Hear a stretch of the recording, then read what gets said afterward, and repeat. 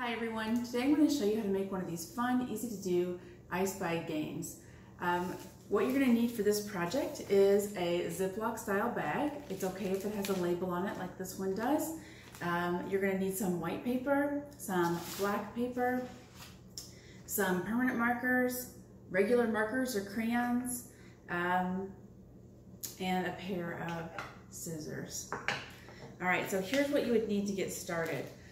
We're going to draw on this bag with our permanent markers, but it's really hard to draw on this bag if there's nothing inside, right? I get laid against the table, it's really difficult to see. So the first thing I'm going to do is take a piece of my white paper and I'm going to trim it down so it fits this bag. You can see the paper's a little bit bigger than the bag. So I'm going to trim maybe about an inch off the side of this paper with my scissors. And I don't need to be perfect here, I just need for it to fit into the bag. So here we go. All right, I trimmed a piece off. Let's see if it fits.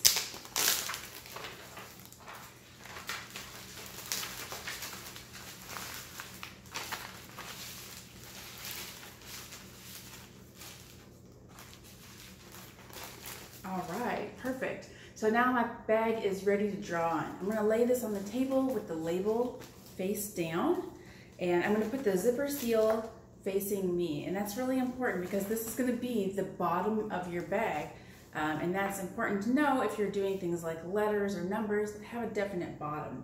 So I've got that zipper seal facing me, I've got my white paper in there, I'm ready to draw. I've got my permanent marker, and I'm going to draw some kitty cat faces. And you can draw whatever you like, whatever you're kind of working on with your kid, or whatever they're interested in. A lot of different options on what to actually put on your bag. Another thing you can do, I see I'm freehand drawing this, but you could print some images out from the internet, some clip art or whatever, to help you draw whatever it is you're interested in representing on your bag. That might be especially useful if you're going to do something like letters to help you create really clear, distinct lettering. All right, so I've got a few kitty cat shapes on my bag, just like this. I did not do very many, but you would fill this up however you want. And then the next thing you do is take a piece of black paper like this one, and again, cut it down. And you can see my black construction paper is much bigger than that white paper, so I'm going to cut a little bit more off of this piece. So I'd cut down about 2 inches off this one. I could pull that white paper out and put the black paper in.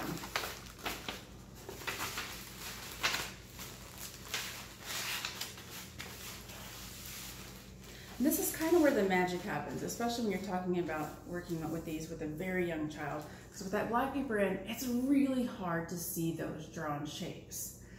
It's really hard to see them. So what do we need when it's dark? We need a flashlight. So here's where I'm going to take my piece of paper. This is a piece of white construction paper. If I had a piece of white cardstock, I'd use that instead. And what I'm going to do is draw a flashlight on this. And I've kind of already traced one in a pencil, so I'm going to be drawing some quick lines here, and really I'm just moving right over my pencil lines, and this will show you how I'm drawing my flashlight.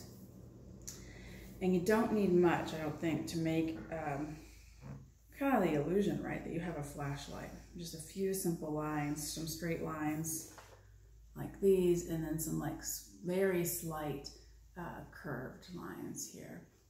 So this could be your flashlight. You could color it in however you want with your markers or crayons, whatever you have, and then you would cut it out. And I've got a couple different flashlights I've already cut out, like this one. Okay, you can see it just kind of flops over. That's why I wish I had a cardstock for this, but this would work just fine to help zero in on those images. So let's pull that cat bag back up. We can't really see those cats. But when we put our flashlight over them, they start to appear. Yeah. So that's the kind of base of this activity. You can make as many of these as you want. That are really handy. I think for something just can occupy a few minutes if you're going to like the doctor's office or something and you needed a few minutes. You need your kid to be busy for a little while you waited. This might be something that could entertain them. You could also use these to engage in different educational activities with your kiddo.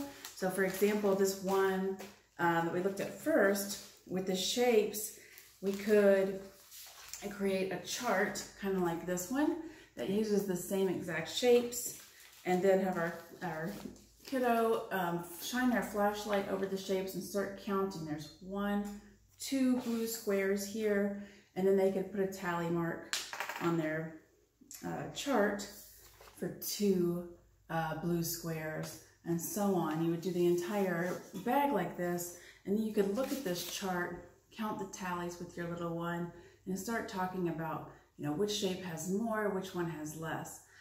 This is actually, you know, kind of a high skill activity, so you want to make sure your child's ready for this, or that you're ready to support and talk about this kind of thing with them. But that could be a really fun use of these bags.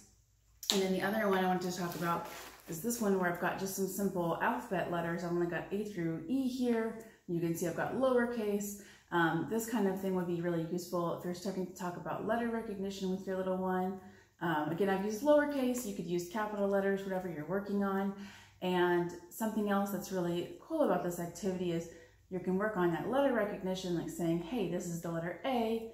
But you can also start working on that symbol to sound relationship, right? So this is the letter A, and it makes the sound ah. And you can repeat that with them.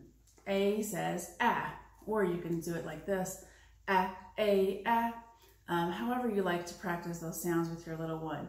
I like that method, ah, A, ah. And when I do this kind of activity, I like to do it in groups of 3. So it says ah, A, ah, ah, A, ah, ah, A, ah. And if you combine that kind of repetition with some kind of multisensory engagement, like running your fingers across a rough surface, this is just a piece of pressed wood. It has one side rough. You can run your fingers across it and say ah. It says ah, or sorry, ah, A, ah, ah, A, ah. You're kind of locking in some of that knowledge. This multisensory connection, seeing this, seeing the letter, hearing and saying the sound, and that kinetic action of rubbing on that rough surface helps us lock those sounds in. That's really great, of course, for all kinds of learners. It's especially useful for people with learning differences like dyslexia. So a lot of different fun things you can do with these bags. And one thing that I found also that's really useful, especially if you're making a lot of them, is to flip your bag over when you're done. Remember, we have those labels on the back. You can start labeling your bags. So this one says shapes, circles, squares, triangles. Extension, how many? And that extension just means what other kind of activity I could do with it. And I've paired it with this one. So how many of those shapes? All right, so that's just a quick run through how you can make these fun kind of I Spy searching bags. I hope that you have fun. If you try it out, let us know in the comments. And I hope that you all have a great day. Thank you so much for joining me. Bye-bye.